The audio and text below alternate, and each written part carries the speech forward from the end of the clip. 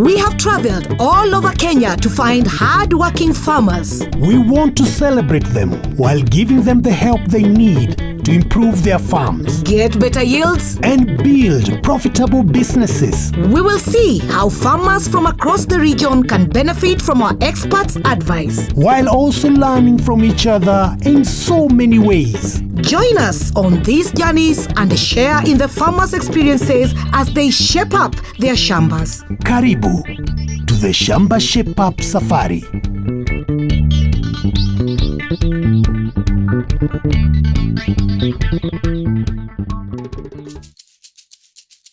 Well, hello and welcome to Shamba Shape Up. Today we have a special theme. Living in harmony. Just like you and I, Caro. Oh, yes, Tony. But you know, I was thinking about humans and nature, living side by side, each for the benefit of each other. That's right, because even nature has a value. If you know how to put a price on it. Well, let's go and find out how to do it. Let's go. This week, we are in Kajiado. And we are visiting Jemima Sia. Here she is, working in her kitchen garden. Jemima is married to Bernard, and they have 4 children. Their main business is cattle farming. They look wonderful. Now, let's go and meet our farmers. Yes. Hello. Welcome home. Thank you so much. Thank you. Thank you. Show us your shamba. Yes. All right, let's go. As well as a kitchen garden, our farmers grow beans, as we can see here, and they also grow maize too. But beef cattle or steers are the main business. And here they are. Wow, they look great, Tony, don't they? They certainly do. So, on this farm, we are going to do a Shape Up special devoted to steers. Where are we exactly? We are bordering the national park, the Nairobi National Park. Oh my, Caro. Are there lions? Yes. There's one now. What? Just stand behind me. Tony, really? It's gone now. It's gone, Caro. Now Shamba Shape Up is here. How can we help you, Bernard? The challenges I am facing on my animals, just drought, and the wild animals attacking my cattle during the night, especially lions and the hyenas. Lions and hyenas. And you keep your cows for meat. Yes. So there comes a time when you have to take them to the market. How do you do that? We just call somebody to take them. By food on foot. Yes. Well, Caro, there are problems to solve. Looks like we better get to work. Let's pitch the tent and start calling our experts. Well, Tony, are you ready for a hard day's work? Of course I am, Caro. We know just the right experts to help us protect the livestock from lion attack. And we are going to find out how a truck can help get them to the market. But first, I'm going to find out about the steers. Well, see you later, Caro. Later. On the way to my first expert of the day, there was some good news. The soil test results have arrived for the kitchen garden.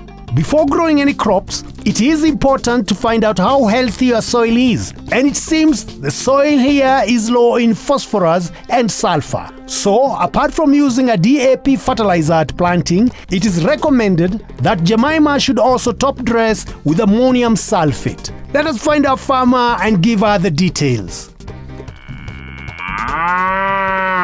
Our farmers are raising beef cattle, steers. It's a good business, but we want to find out if we can improve their profits even more, and one way is to see if we can get the cows to market weight quicker. The quicker to market, the quicker the money comes in, and the path to that is by improving feed. What do you feed them? They just walk, feeding themselves on this grass. You just let them graze freely? I just let them graze freely, and this salt. Nothing else. We have an opportunity to improve the way he's doing it and faster growth rate for the animals. How old are the cows when they're ready for market?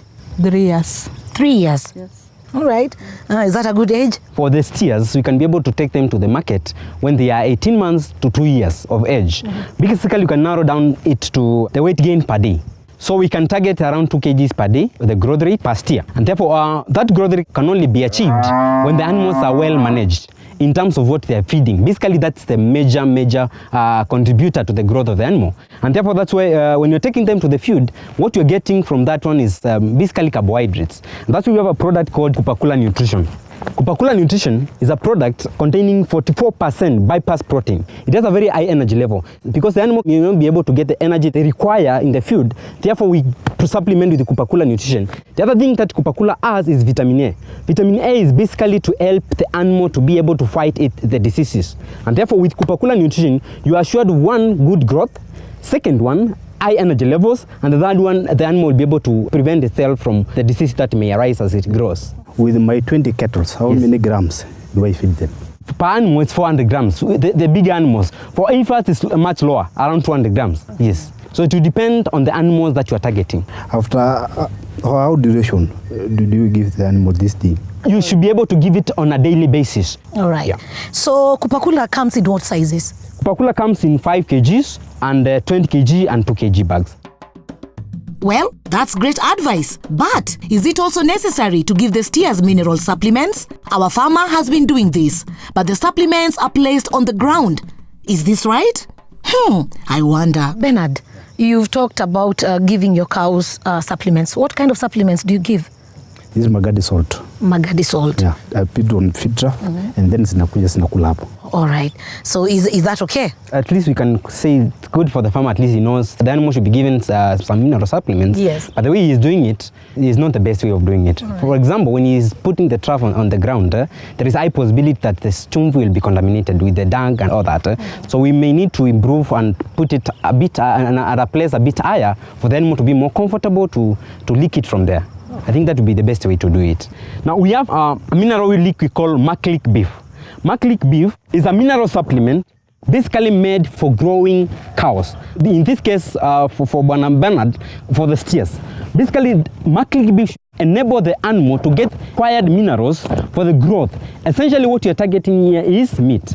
So therefore, Maclick beef will be able to make the animal grow, put more meat, make the animal to prevent itself from the deficiencies that can come up with because of lack of mineral supplements. Now, Maclick beef can be fed to the animal. One, and the best one, is whereby you give it and libitum, free choice, where you put it on a trough where the animals can freely, without any distraction, come to the trough and start licking from there.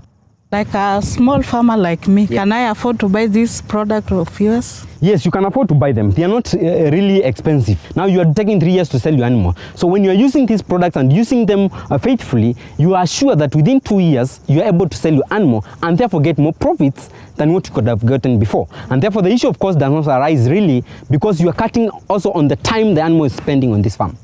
Yes. Okay, so our next step is asking our Shamba Shape-Up crew to get to work fixing up a proper trough for the lick.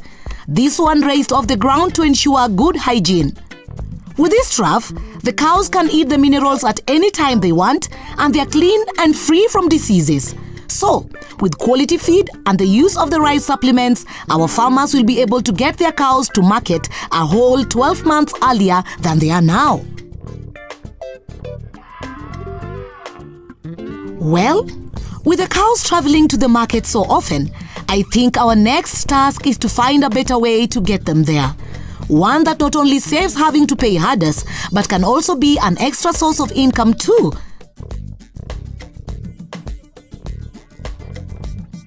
And here is Martin from Simbakop.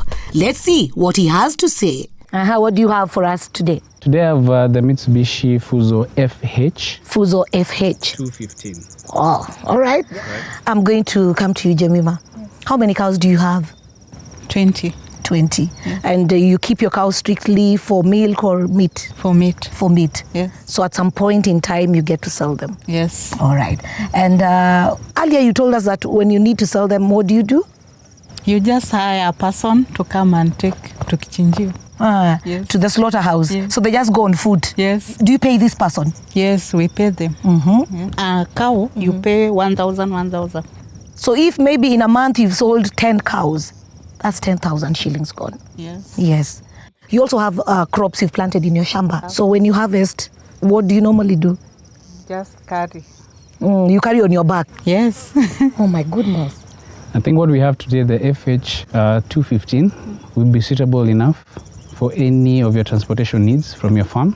Actually, what we have here today is specifically built for carrying animals, but also because it's such a versatile truck, you're able to also carry your farm produce and anything else that you wish to carry. What's the capacity of this vehicle? So you're able to carry anything from 5 tons to 7 tons. You can fit as many cows as you'd want. That's not to make sure that the cows are comfortable. All right. So if at all she was to purchase the FH215, what advantages will she have? It's built for any kind of terrain. So even if there is mud, you'll be able to get the vehicle straight to the farm, get your animals in, get your produce in, and get them to the market without giving somebody else that money. And you can also, for your neighbors, for other farmers within the area, transport for them, and which means it's an extra income for you. It's actually now giving you more money into your pocket. Isn't that a good thing, Jemima? It's very good. Can you imagine collecting maize and beans from other farmers and getting them to the market? The terrain, whether it rains, whether it's dry, the vehicle gets there. Is it affordable to the farmer? Yes, it is. Of course, we also have financing options that you can look at. Can I pay in installments? So basically, what we do, we partner with most of the major banks, and we also do this with SACCOs. From the kind of arrangements that we have, you're able to have a minimal deposit for the truck to be on the road, and then now you can slowly pay off the truck. I don't know, would you like to try maybe driving it or seeing how it works? You're very welcome. Maybe you should do a demo and show her how it's. Definitely, absolutely. With a truck like the Mitsubishi Fuso FH215, there'll be no need to pay anyone else for transport to and from the farm. And Jemima already has some great ideas how to make extra money with the truck by using it to transport her neighbor's cattle to the market. I think that's a win-win for Jemima. And I think she's enjoying the smooth ride too, even though the road is quite rough.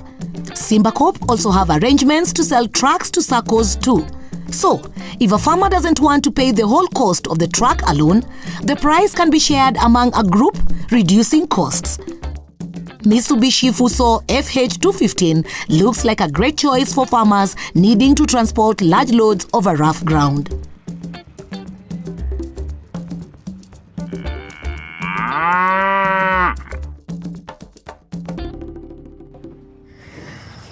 Tony. Yes, Carol. So, we've learned about the advantages of quality feeding in steers and how a truck can be helpful in the farm. Well done, Carol. Thank you. But on this Shamba, Jemima is a real expert. That's right. So, we've asked her to share her top tip for farming.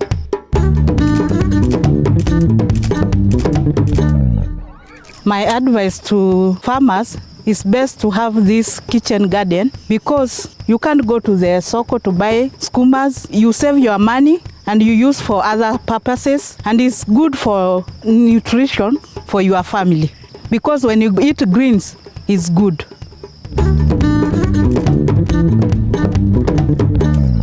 Tony, what do you think of that? Excellent tip. I hope most farmers are going to emulate Jemima.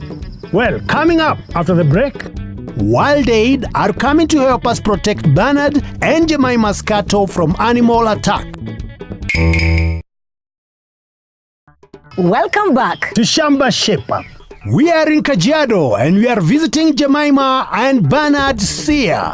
We've seen how quality feed can speed up a cow's growth and how a truck can help out on the farm. But we also want to find out about protecting the cattle at night. So, no time to waste. Let's get back to work. Let's go to work. And here's Michael, an expert from Coexist Tech. He works in cooperation with Wild Aid, an organization that encourages positive attitudes towards wildlife. He's come to check out the cattle's compound and give us some advice on keeping them safe. Here in Kajiado, the farmers have a very serious problem. Lions. Now, as Bernard has already left the Shamba to work in the field, we asked his wife Jemima to tell us about the cows. At night, when it rains, the lion come from the wildlife. They come here and attack our cows. Yes. When was the last time you had a lion here? Last year. Ooh, how big was it? Oh, it was big.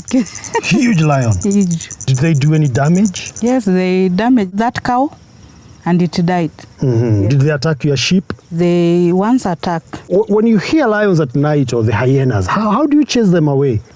The mzee come with a torch. Yes. And he's starting He starts yelling. Yes. Making noise. How? Yes. How? Hey! Hey!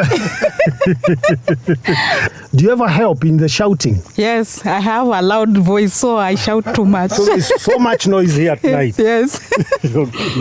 This is the dilemma that is facing us in Kenya, because 75% of wildlife actually exists outside parks and reserves. And this particular area, it's a corridor towards the Rift Valley Escarpment and to Magadi. So the animals still move out of Nairobi National Park. You know, you have a lot of zebra and wildebeest around here every day. And especially when it rains, like now, as you can see, the grass is becoming very high. And the lions can actually find places to hide. For example, down here in the river, by those acacia trees, we have an area where the lions like to come every rainy season. And once they hide there, they will find that they would rather go for your livestock, which is easier to catch than a zebra. You said you yell and chase away the lions. What do other farmers do? Other farmer kill them. Oh, and they kill lions. In Kenya, we only have about 1,800 lions. Yes. If you kill 2 or 3, you're affecting the entire Kenyan population. Not long ago, 2 lions were killed across the river. I think 4 years ago, 6 lions were killed about 3 kilometers from here. 2 mothers and their cubs, and it was all over the international media. What's the importance of lions? Lions are our heritage. Secondly, tourism, I think, is the second biggest earner for Kenya, the GDP. And of all wildlife tourists in Kenya, 80% of tourists say that they would not come to Kenya if they cannot see a lion. And the question people would ask is, that lion is not in the Mara, the lion on my land is not being photographed. The thing is that that particular lion can move very long distances and is the key for other lions breeding successfully into the future. We need every single lion in Kenya for the purposes of survival for the future. Now let's talk about what farmers should do to prevent these kind of attacks. It's pretty simple. You cannot leave your money out on the street. You have to put it in the bank where it's safe. In the bank, they do not put it on the desk, they put it in a safe. So at night, your cattle, which is the equivalent of your money, should come into the safe. The safe being your boma. So you should make your boma, the cattle enclosure, as strong as possible. Because, Jemima, for example, how many cows do you have in here? 20. 20. So each cow is between 50,000 and 70,000 shillings, Yes, right? yes. So we are talking about $1 million, Yes. all the way to 1.5 million that you're keeping here. If I had $1 million shillings right now, Yes. would I be walking around with it in a bag? No. I'd put it in a safe. That is the same way farmers should treat their livestock. So Michael, is fencing enough? And what we're finding is that a normal chain link fence that was lion-proof, today the lions learn and they start climbing over it. So we do have a solution. And if you and Jemima are interested, I can go and show you from a farmer who has used it for over 4 years. Really? Yes. Are you interested in seeing it? Yes. I can't wait to see it. Okay, let's go. All right. Yeah. Come on, Jemima. Well, this sounds very exciting. And as people say, seeing is believing. So Michael is taking us to meet Nixon, a farmer who lives nearby. Nixon has also lost some of his cows to lion attack, but he's installed a very interesting anti-lion security system. And here it is. I expected something bigger. And I must say, it doesn't frighten me. So now I wonder, how can it possibly frighten lions? It looks just like a few light bulbs. And here's a solar panel. Well, let's get Michael and Nixon together and see what they have to say. So Michael, what are we looking at? Solar predator deterrent lights, commonly known as lion lights. Lion lights. Yes. Nixon, now tell us, what exactly are these lights? These lights are here to protect my livestock from attack by lions, leopard, or even hyenas at night. Since the installation of the lion lights, we never had any problem with lions. You have seen a change? Yes. Wow, that's amazing. And I can see, what was the idea behind this kind of fencing that you have done? Lights themselves are not so effective if you don't have a proper fence. And for now, what I'm doing, I'm trying to put up a live fence. So as the trees grow, then becomes difficult for lions outside to see what is inside the boma. So as we have the light flashing, then we also have another kind of wall coming up to protect the whole boma. Wow. Yeah. Wow. Michael, how do they work? I can't wait to hear about them. So these lights are not just lights. They're actually, as you can see behind us, solar charged. So there's a solar panel and it stores all the energy in a battery. And the solar also is a sensor. When the sun goes down, the lights come on automatically and they flash all night. How do they work? Because I could always put on another light and leave it on. Will the lion still attack my cows? When you put on a security light, a floodlight, like some people have, the lion comes, it gets used to that light, and actually now it can select the fattest cow or the fattest goat, and it'll eat it right in front of that light. So basically I'm aiding the lion to select. Yes, but the difference with the flashing is that the night vision of a lion is almost 10 times stronger than that of a human being, if not more. So any light is seen very brightly. So what in effect the light does, it blinds the lion because it cannot adjust to the shifting flashing. Aha. So all he sees is darkness, then light, then darkness, then light. Actually, what it registers is pain and irritation. Then it runs off. Yes. Wow, wow. I'm very happy to see that they are working. These lights are working, and around this area, all this stretch of the southern boundary of the park, there are more than 30 homes that are connected with this system, and they've never experienced any attack. Would you like them installed in your boma? Yes, I want. Okay. All right. So how long does it take to install them? It'll probably take about 15 to 20 minutes. 15 to 20 minutes. That's easy. That's easy. Okay, let's rush and do it before sunset. Okay, Nixon, thank you so much. Thank you very much. All right. Yeah. All right. Well done. Well done, Nixon. Thank you very much. All right. Thank you. Let's go install. Well, time we rushed back to Jemima's farm. It's getting dark, and that's the time the lions are most likely to attack. We want to make sure by nightfall the lion lights are up and working. Michael is already wasting no time getting them installed. He's putting up 8 lights in total, 1 at each of the 4 corners and 1 on the 4 panels between the corners. That should be enough for a compound this size. And these lights look different from Nixon's. I think Jemima has got a new upgraded version of the lights. Hey, Michael. Yes, Tony. Wow, this looks nice. What kind of light is this? This is the new edition, Lion Light. Yeah. It's different from the one we saw at Nixon's boma. This one is completely wireless. You can see this. Looks good, looks light, very portable. It has a solar panel at the top, so it charges itself. Standalone. Jemima, you don't have to worry about having a big solar panel outside your boma. And the same function, it's automatic, so when the darkness comes, it flashes. Wow. And in the morning, it goes off. So once you put on this switch, the first time, you don't touch the switch again. That's just for when you're storing it or moving it. And as long as you keep the solar clean, whether it rains or not, it's water resistant. So it's not affected by the water.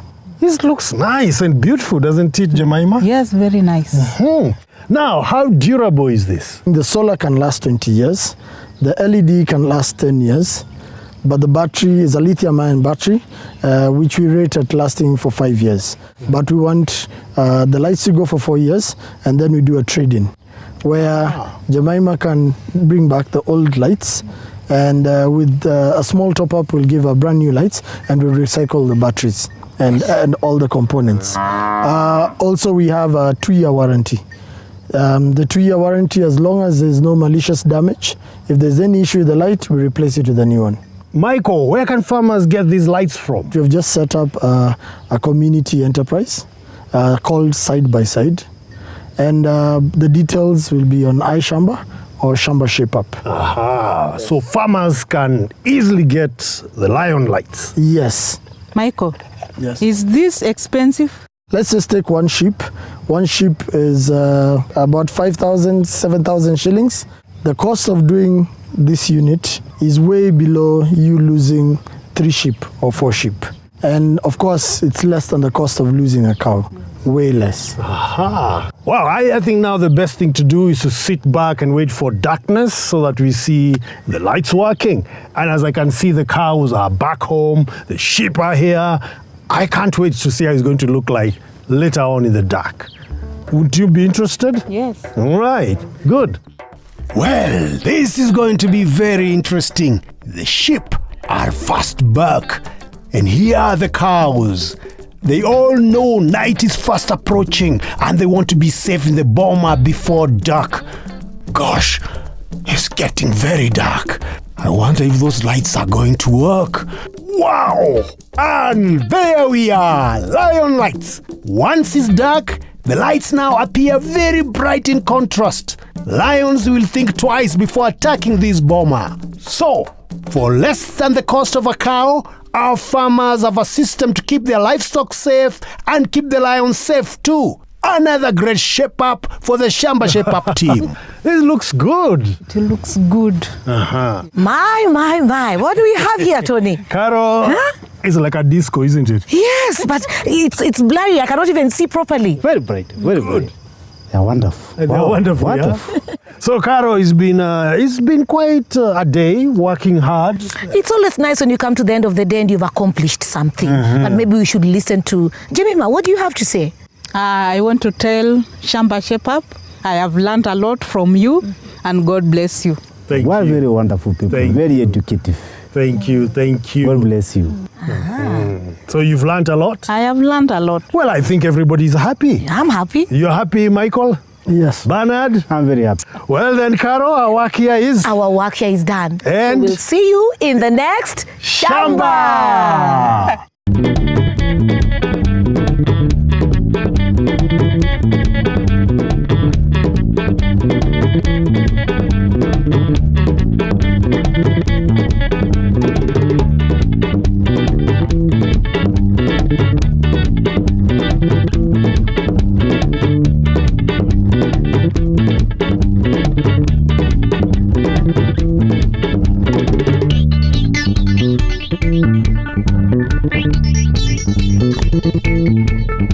Thank you.